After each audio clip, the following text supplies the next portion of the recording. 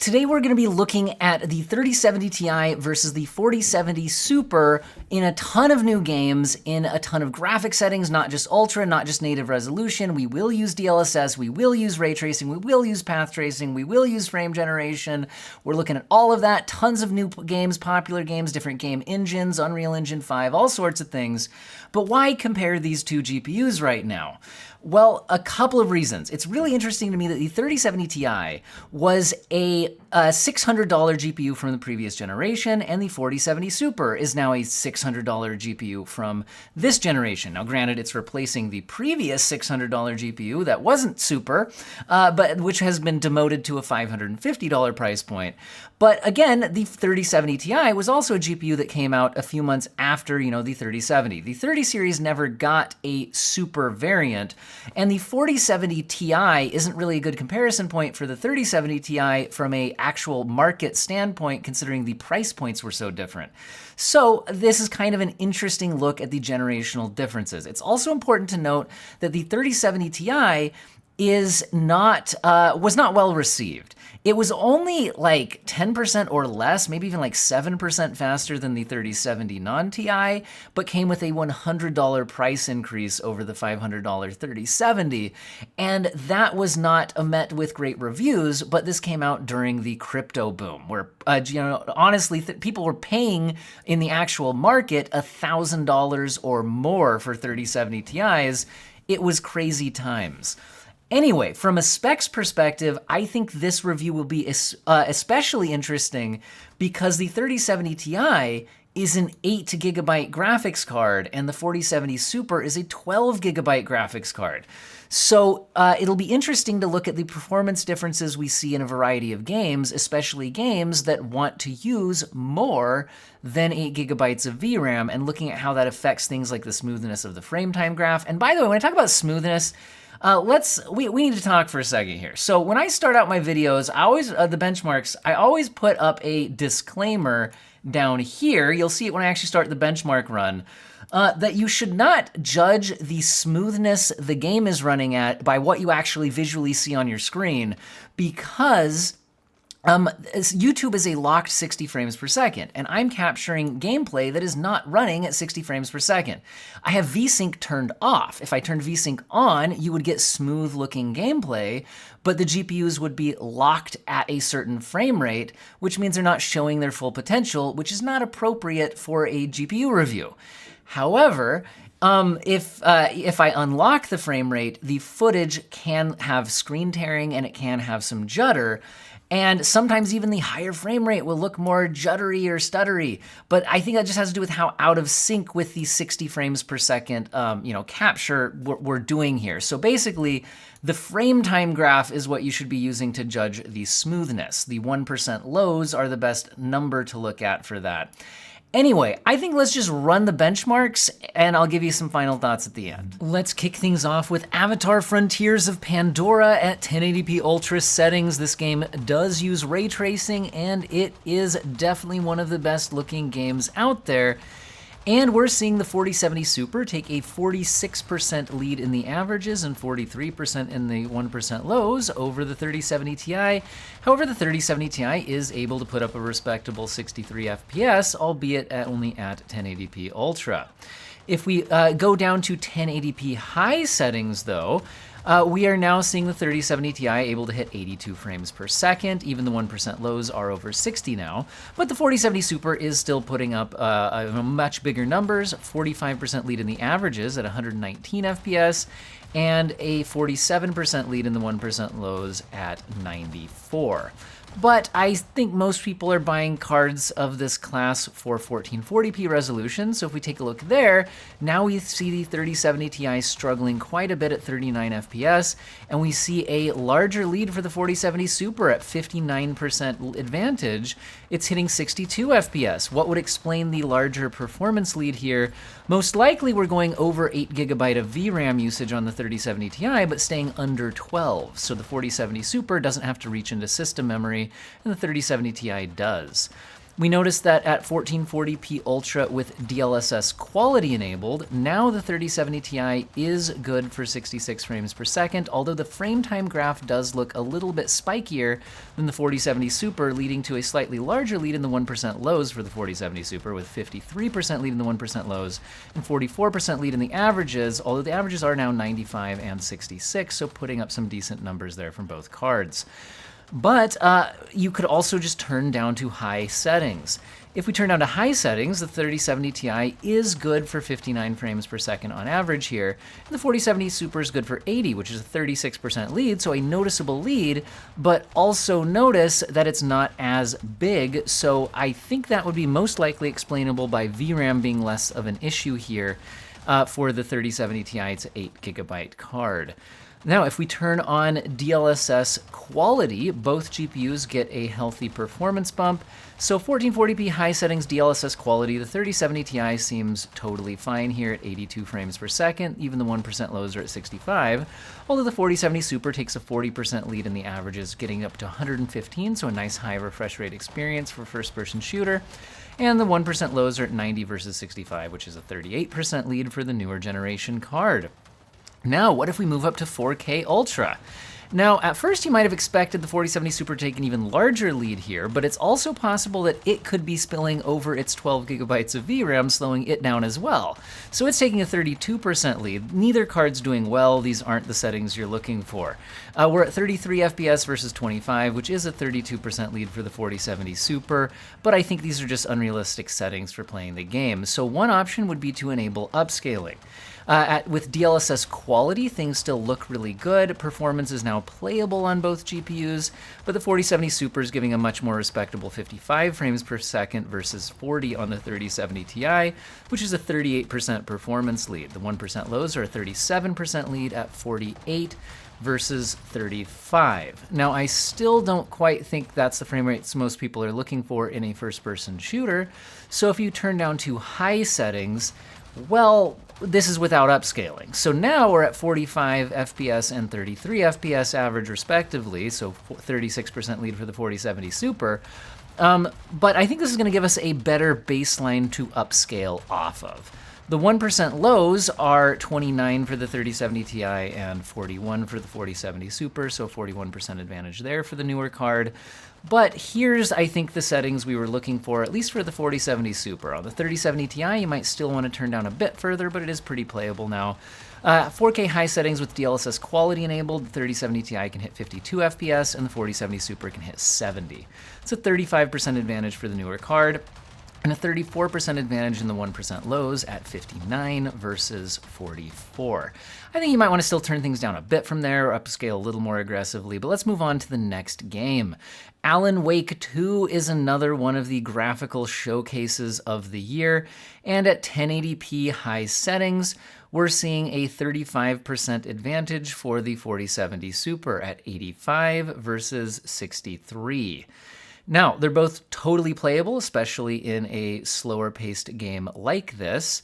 But I think that's, 1080p resolution. Let's move up to 1440p. That 1440p high settings, and by the way, there is no ultra preset in this game. Now, it does go into ray tracing presets, which we will test, but the high preset is the highest non-ray traced preset, although individual settings could be turned further manually. Anyway, the 4070 Super can now hit 60 frames per second. The 3070 Ti is at 43, which is a 40% advantage for the newer card, but the 1% lows are a bigger 57% lead, and look at the frame time graph. It's pretty spiky on the 3070 Ti, indicating we were likely going over our VRAM limit. And I think we're seeing more of that VRAM issue here, even with DLSS quality enabled. So with DLSS quality, the 3070 Ti can hit 62 frames per second, but the 1% lows are at 29. It is stuttery if you look at the frame time graph. So the 4070 Super hits 90 FPS on average and 61 FPS in the 1% lows, so it's a much smoother experience and higher overall frame rate. But what if we moved up to 4K resolution?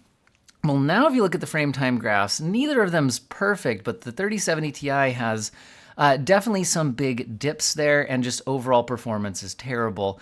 And not that the 4070 Super is doing great. It's 32 FPS versus 21 in the averages, which is a 52% lead for the 4070 Super, and an 85% lead in the 1% lows, and I do think that VRAM at least explains some of these larger differences here.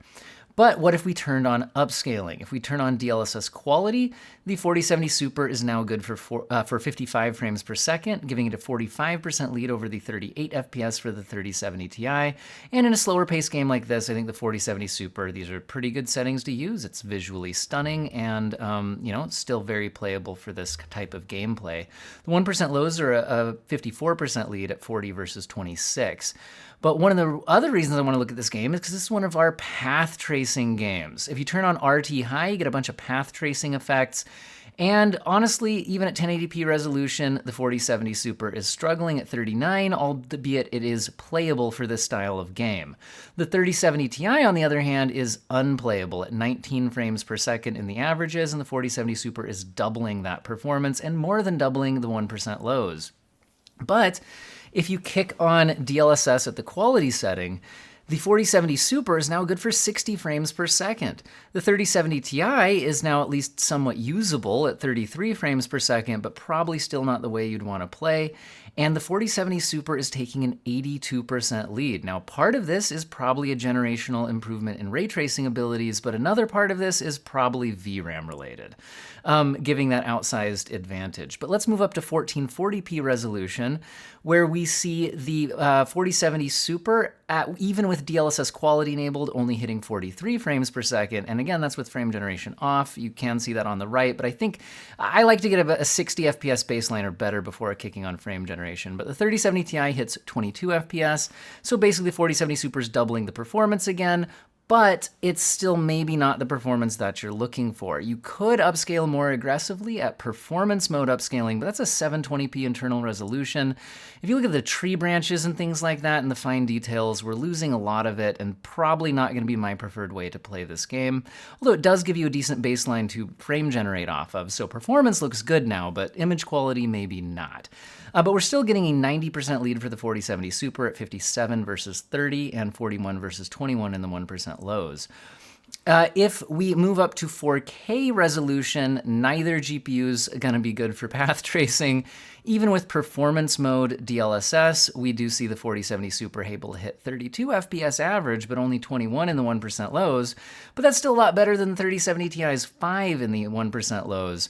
3070 Ti is even falling out of sync with the footage because it's just the game's running that slowly. So anyway, let's move on to one other path tracing test where we have Cyberpunk 2077's RT Overdrive mode. At 1080p resolution, we see the 4070 Super again doubling the performance of the 3070 Ti, actually more than doubling and tripling in the 1% lows. But that doesn't mean the 4070 Super is giving great results. At 40 FPS average in the built-in benchmark, and some areas of the game are more demanding than the built-in benchmark. So how about we move on to using DLSS at the quality setting, which I don't love to do at 1080p resolution, although I do think ray reconstruction does help the stability a bit. We're now seeing the 4070 Super taking a 55% lead at 76 FPS versus 49, and they're both totally playable now. The 1% lows, though, look how stuttery the 3070 Ti's frametime graph is. So the 8 gigabytes of VRAM are causing problems at these settings for the 3070 Ti. But let's move up to 1440p resolution with DLSS quality. Without frame generation, the 4070 Super is now hitting 51 FPS average. It's very borderline for if you'd want to frame generate off of that baseline. I think some people would find it acceptable and some people would not. Anyway, we're seeing an 82% lead for the 4070 Super here, and even more, 2.69 times the performance in the 1% lows at 43 versus 16. You could try going to performance mode upscaling, which is what we're looking at now, but again, I find the image quality to not be up to my standards. The frame time graph is still a bit spiky on the 3070 Ti, but overall performance numbers are a lot better now, especially for the 4070 Super, which has a 73 FPS average now. But it's just not quite, like I said, the image quality that I would be looking for. But let's move on to some other popular games that are not necessarily going to be path tracing benchmarks. Here we're seeing Baldur's Gate 3 at 1080p ultra settings, and you might be like, wait, the 3070 Ti is almost tying the 4070 Super? That's amazing, until you notice that the GPU utilization on the 4070 Super is nowhere near 100%, indicating that we're CPU limited in this area of the game. So really, we're just running into CPU limitations. At 1440p Ultra, we are now using most of the 4070 Super's potential, although still not quite all of it, but it's enough to get it a 37% advantage over the 3070 Ti. But they're both putting up very good numbers here. You're getting plenty of performance for 1440p Ultra out of both GPUs at 115 average versus 84 average, and the 1% lows are 65 versus 44. If we move up to 4K Ultra settings, the 4070 Super is good for 69 nice FPS average. The 3070 Ti is still good for 51, which in this style of game is plenty. Although you could easily kick on DLSS quality for a big performance boost here. I'm not going to bother testing it since frame rate numbers are already pretty good. We're seeing a 35% advantage for the 4070 Super, and a 40% advantage in the 1% lows. Let's move on to Call of Duty Modern Warfare 3, where at 1080p basic, VRAM can't be to blame, but we're seeing a 60% advantage for the 4070 Super.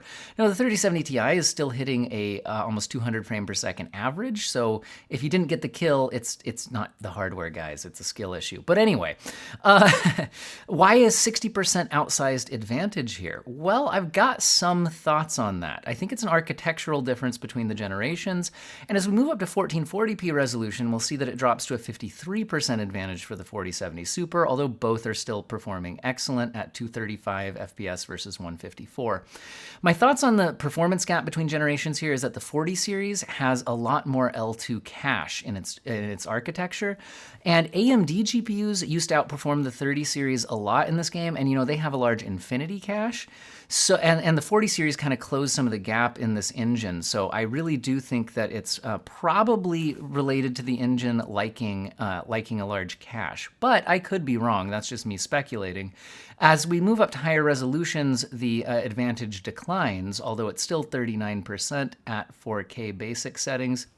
And even the 3070 Ti is still averaging 99 FPS here, although the 1% lows are down to 58. The 4070 Super hits 83 in the 1% lows, but let's move on to Starfield.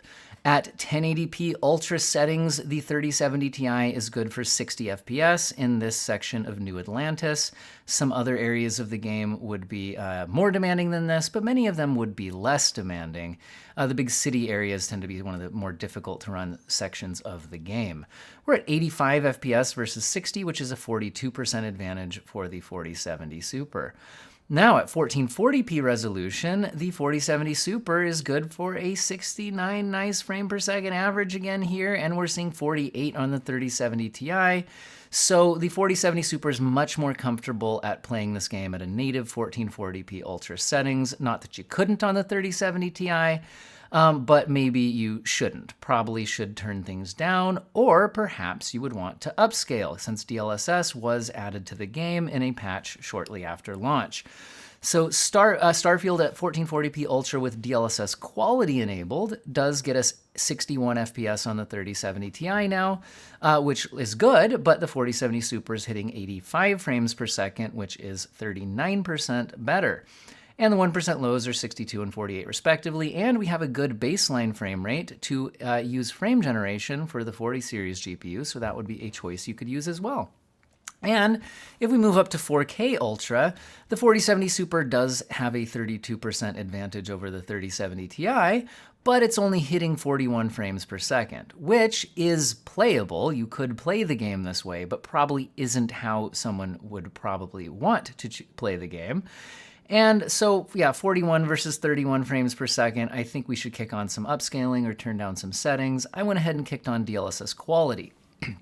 This was able to get the 4070 Super up to 60 frames per second, but the 3070 Ti is still only at 44, which is playable, but in reality, you'd probably want to either upscale more aggressively or turn down some other settings, or potentially even do both, depending on your frame rate target. Here again, it's 60 versus 44 in the averages, which is a 36% advantage for the 4070 Super, and you have a decent baseline to kick on frame generation if you would like. But let's move on to the RE engine from Capcom. Tons of Capcom games use this engine, but at its max setting in Resident Evil 4 Remake, it uses a ton of VRAM. Which I think is explaining the 79% advantage in the 1% lows here. Look at the frame time graph for the 3070 Ti, it's pretty spiky, although the averages are still pretty high for both at 147 and 98, which is a 50% advantage for the 4070 Super. But instead of turning on the max preset, you could turn on the prioritize graphics preset, which does a much better job at staying within an 8GB VRAM buffer at most resolutions. And now we see a 41% advantage in the averages for the 4070 Super, but only 17% in the 1% lows. So it's much closer, and they're both getting really high frame rate numbers here. Our averages are 212 and 150, and the frame time graphs look smooth.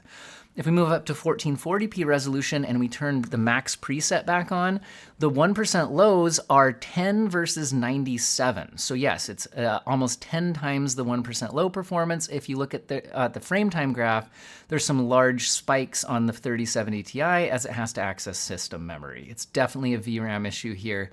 So basically, those aren't the settings you would use on the 3070 Ti. If you use the prioritize graphics preset, which again still looks pretty good, it's now hitting 106 FPS on the 3070 Ti and even 95 in the 1% lows, and the frame time graphs look beautifully flat, and we're staying within 8GB of VRAM. We're at 148 versus 106 in the averages, which is a 40% lead for the 4070 Super and a 41% lead in the 1% lows at 134 versus 95. If we move up to 4K resolution and turn on max settings, the 4070 Super is still doing pretty well at 66 FPS, but the 3070 Ti is crushed at 35, giving an 89% lead to the 4070 Super, and the 1% lows are 13 versus 58. So again, a massive lead for the 4070 Super, I think primarily explained by its larger VRAM capacity. So what if we turn on the prioritize graphics preset, which, like I said, does a much better job at staying within an 8GB VRAM buffer. And now we're seeing the 3070 Ti averaging 59 frames per second at 4K native resolution, no upscaling. Even the 1% lows are 52. The 4070 Super still takes a 32% advantage at 78 FPS average and a 33% advantage in the 1% lows at 69 versus 52. Nice. Now let's go ahead and move on to RoboCop Rogue City. At 1080p epic settings, and I did turn on the optional better looking reflections setting in the menu as well, we're seeing both GPUs doing well, but the 4070 Super is certainly doing a lot better by 43% in the averages and 29% in the 1% lows. The averages are 99 and 69. Nice. We're getting a lot of those today. Anyway, 1% lows are 59 versus 76. But let's go ahead and move up to 1440p resolution, where I think, again, a lot more people would be perhaps targeting these. And now we're seeing the 4070 Super hitting 69 FPS, nice, and the 48 FPS on the 3070 Ti, which is a 44% lead for the 4070 Super. And, basically one of these is settings you could probably play at and the other one isn't. But we could do something about that by utilizing the fact that Unreal Engine 5 responds extremely well to upscaling from a performance standpoint. And the 3070 Ti now hits 69 average, which is now matching what the 4070 Super hit before we turned on DLSS quality. But now the 4070 Super is moving up to 99 frames per second, which is what it hit when we were at 1080p native. So anyway, interesting stuff there. But it's a 43% advantage for the 4070 Super even before you kick on up on frame generation. And what about 4K resolution? Well, at the epic settings, even the 4070 Super is probably not providing the performance you're looking for at 37 frames per second versus 26 on the 3070 Ti, and the 1% lows are 24 and 33 respectively. It's a 42% lead for the 4070 Super, and in the 1% lows, it's a 38% lead. But what if we kick on DLSS quality? Now the 4070 Super jumps all the way to 58 frames per second, so you're getting almost a 60 FPS experience here, but the 3070 Ti only hits 42. Honestly, I think both GPUs might want to turn down settings a bit more, although frame generation on the 4070 Super does certainly provide another way you could smooth things out off of a decent, almost 60 FPS baseline of performance. So what do we make of all of this? What was even the point, right? I don't think too many people are thinking, should I buy a 3070 Ti or a 4070 Super? That really wasn't the point, although some people might be just curious, how does a 3070 Ti do right now? And I was, like I said, mostly interested in the generational performance uplift, and some people might have a 3070 Ti or a 3070. A 3070 isn't too far behind the 3070 Ti, so just subtract, 7% or so off what you're seeing from it here. Anyway, and a lot of people would probably just be interested, is it worth that upgrade? So addressing that, my personal feeling is that an upgrade is borderline worth it if you're getting a 50% performance boost, but personal preference, I think it's more of a night and day difference if your new GPU is double the performance of your old one or better. And so I would probably hang out another year and hope we get a 5070 in about a year's time at hopefully not like $900, right? We'll see what happens. Anyway, but hopefully, a year from now, you could maybe get closer to doubling the performance at the same price, which I think would be a lot more exciting. And I think the 3070 Ti is still definitely something you could live with, right? Let's actually look at some of the performance numbers we were getting here and talk about that a little bit. Because when you look at a lot of GPU reviews, they a lot of times just test out ultra settings at native resolution, right? And when you see that, you might feel like cards like the 3070 Ti are just no good anymore, right? It's 39 frames per second. But, when you try out, if you just kick on DLSS quality, which looks great at 1440p, you're now averaging over 60 frames per second in probably the best looking new game out there with Avatar Frontiers of Pandora. So it's not bad. You might be like, well, I want a higher refresh rate experience. Okay, turn down to high settings and kick on DLSS quality. You've now got an 82 frames per second average. Are you spilling over VRAM in some games? Absolutely at maximum settings. So if we're looking at something like Resident Evil 4 Remake, we saw 1440p max settings. The 3070 Ti was a stuttery mess on the frame time graph. The 1% lows were awful. And the 4070 Super was just crushing it. And you might feel bad if that's what you see in your GPU reviews. But again, what if you just turn down to the prioritized graphics preset, which disables some honestly not very good looking ray tracing in this game? I turned RT off on my 4090 because I just thought it looked bad. I also hate the screen space reflections in this game and turned those off too because I think the cube maps actually just look better because they're not grainy, noisy, messy. But now I feel like I'm kind of off topic of the video. Anyway, my point is, hey, look, now you're averaging 106 frames per second with 1% lows at 95. So, and that's native resolution 1440p at one of the highest graphics settings in this game. So I guess what I'm saying is the 3070 Ti is still a perfectly good GPU, and I think most people could definitely ride out another year on it before upgrading. I'm not saying don't upgrade if you want the additional VRAM to run those higher settings, you want the additional performance to run those higher settings, that's totally fine. I'm not gonna stop you, but I'm just saying that I think most modern games at the right settings are perfectly acceptable. Here we are playing Starfield at ultra settings with DLSS quality at 60 frames per second, right? So that's kind of my overall thought on the upgrade situation. Sure, the 4070 Super might double the performance in path tracing modes, probably for a combination of reasons. One is spilling over 8 gigabytes of VRAM and accessing system memory while you're ray tracing really kills performance.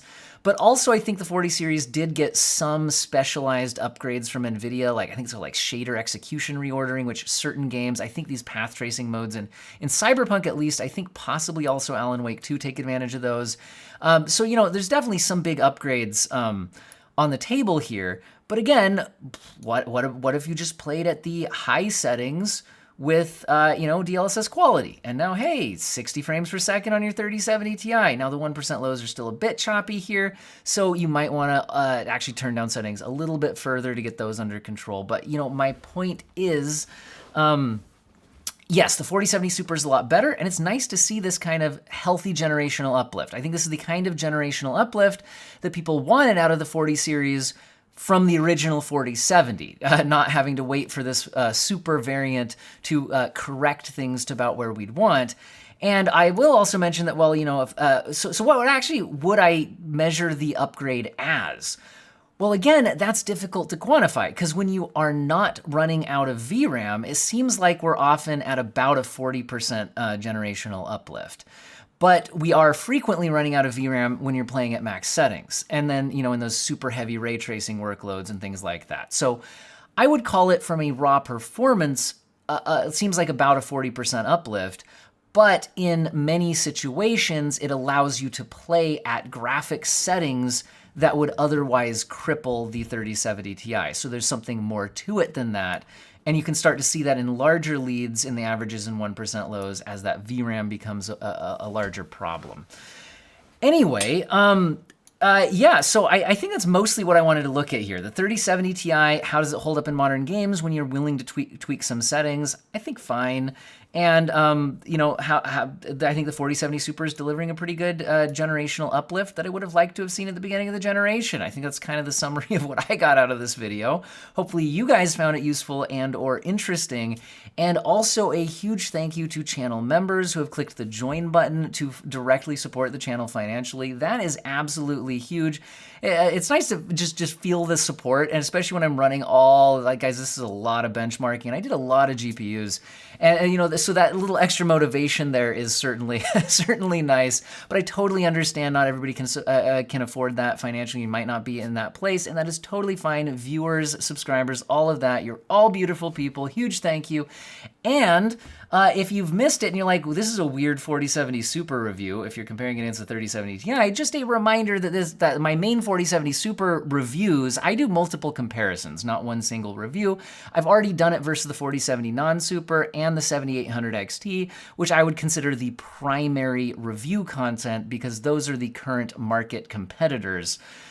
So I'd also want to get to comparing it against the 7900 XT to look at what if you stepped up a bit from AMD and we're starting to see prices come down on those. I want to see if that pricing holds before I make the video. And I also want to look at some more comparisons against the previous generation.